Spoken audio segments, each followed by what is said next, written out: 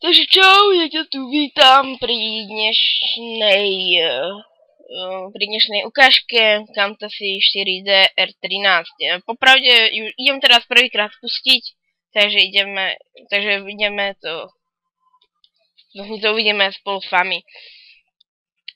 Takže je nové logo tej Camtasia Cinema 4D Broadcast R13 od Maxona.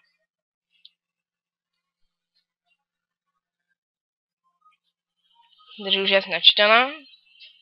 No, už je načítaná. Takže čo sa tu zmenilo? Zmenil sa tu tento horný panel. Trošku podľa prvého. Čo to je? Aha, to je render. OK. Tieto ikonky sa tu trošku zmenili.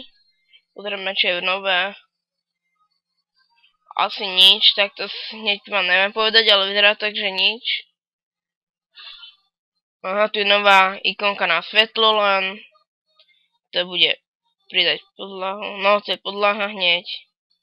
Takže tiež fakt super. Nastavíme na 0. Ďalej tu máme. Aha, to sú. No, neviem, jak to vysvetliť. Vlastne tu máme všelijaké tie efekty. Napríklad ako poznáte explóziu alebo rozbitie, explóze FX. Je ich tu pár pridaných. Teraz vám neviem hneď povedať, ktorý, lebo už nedlho s Camtasiou nerobil. Takže ďalej sú krivky, vzorec. No ale my si teraz ukážeme tak narýchlo, ako sa vyrába ten text tejto R13. Takže kliknite na MO-Graph a kliknite na text a máte tu text. Vytvorí sa takýto text. Vpravo sa vám ukáže i nastavenie toho textu. Takže ja tam napíšem ako vždycky 12 nový 12. Pohybem s tým textom. Môžete vidieť, že ho tam mám. Neviem tam koľko segmentov tam dám. Dám tam 2 segmenty. A hĺbku si dám asi tak 40. Niekto píše na Facebook, ale to je teraz nepodstatné. Dám si 3 segmenty. Písmo si môžeme zmeniť, aké chceme. Ja si tam dám.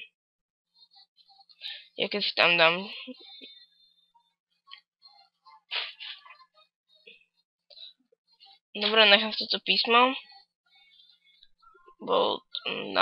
Necháme vľavo.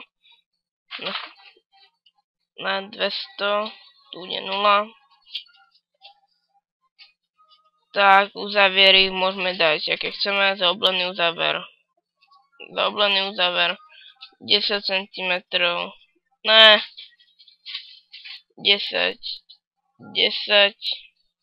Si môžeme dať render, ako to bude vyzerať.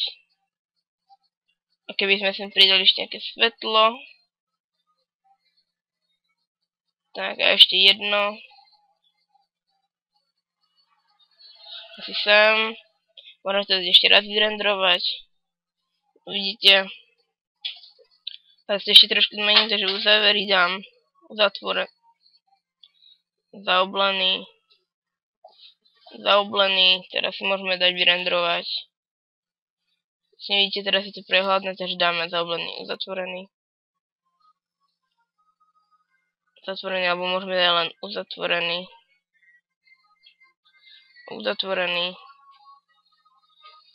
Nechám to zatiaľ takto. Tu si môžeme zmeniť, aké chceme tie polygóny alebo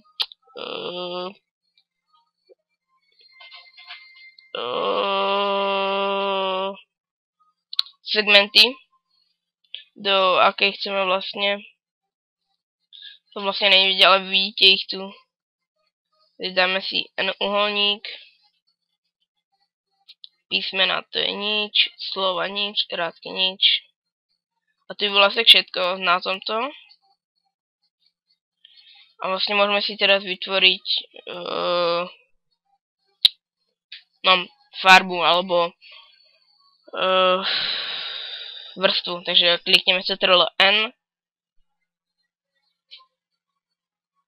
Nejakú farbu, či ja viem. Modrú. Povrchová úprava. Žiadna. Svítivosť, dajme tomu dáme tiež na modrú farbu odrazivosť.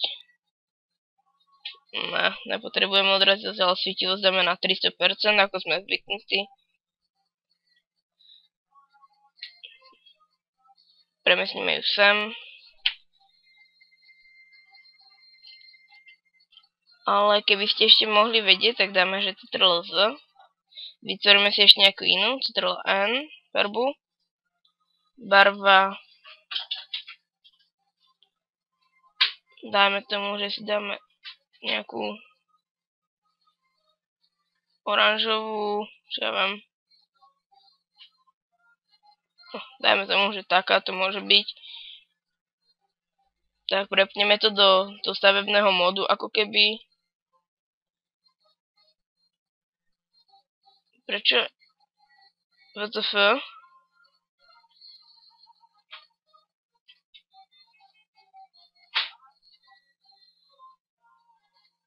Tak.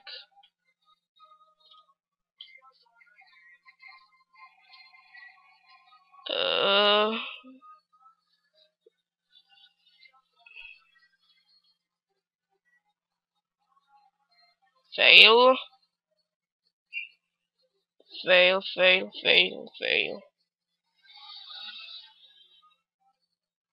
Trošku menší fail, lebo neviem, prečo mi to nejde vybrať.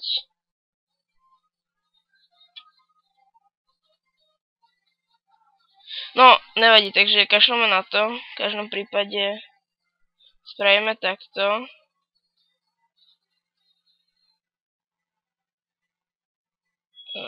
Tak.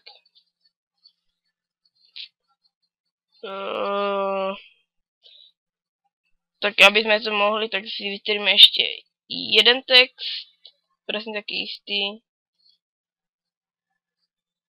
Tu je z vrchu. Tak a ešte jeden, ktorý tiež posunieme tiež takto. Ešte podrieme z boku, jak to je. Ale malo by to byť dobré. Teraz na ten stredný dáme túto svietivú farbu. Sem dáme tú a takúto farbu. Teraz môžeme dať vyrendrovať, jak to bude vyzerať. Teraz to není vidieť, že to svieti, ale keď si dáme rendering alebo rendering a dáme upraviť nastavenie renderingu alebo extrulant, to jedno. Dáme efekt záření glow, globálne iluminace. A to stačí. Zatvoríme, dáme renderovať, teraz to bude chvíľku dlhšie renderovať, ale už môžete vidieť to posvietenie ako keby. Takže, to znamená, ja si pozriem, koľko natáčame asi minút, fúha. A vlastne teraz vidíte to pekné podsvietenie toho. Ja teraz, keby som dáme si svetlo. Hlavní, tu je. Dáme jas na takých 50%. Aj druhé dáme na 50%. Teraz keď si dáme vyrendrovať, tak to bude možno lepšie. Vidíte, vyznie to tam viacej. A keby si možno ešte zmeníme pohľad, potom šípkami, teda numerickou klávesnicou 1 posúvam doľava doprava, hore dole, 2 približujem a 3 otáčam okolo osy. Takže skúsime si tak.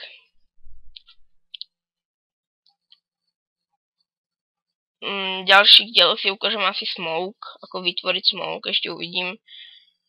No, ja si myslím, že takto by to mohlo byť. Teraz, keby sme ešte zmenili trošku tak, render.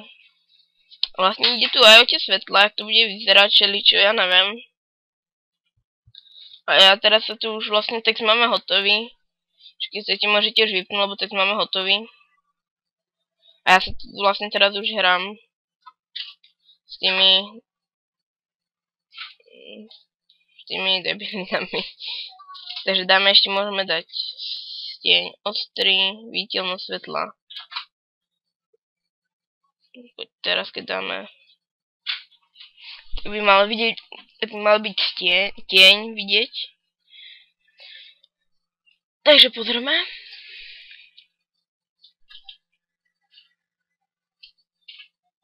Ja som si trošku spravil chybu. Žiadne. Tak. Dáme si to trošku vyššie. Asi tak. A vlastne teraz by mal vidieť byť ten tieň.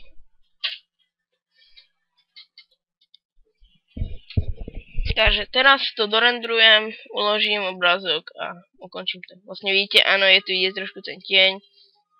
Ale keby sme napríklad posunuli sem. Teraz dáme rendrovať. Tak je vidieť ten tieň lepšie.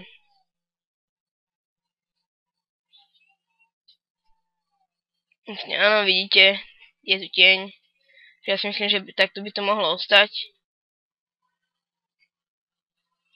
A ja teraz dám súbor na súbor. Kde som to videl? Rendrovať. Sakra. Tu je upraviť nastavení, výstup, tu si nastavíte, aké to chcete. Ja to chcem v bodoch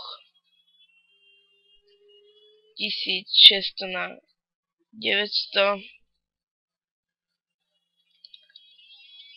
uložiť cesta, dáme si to na plochu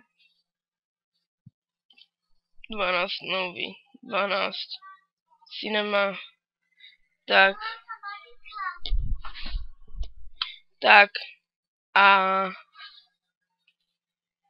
tak máme to a dáme renderovať do prohlížeče.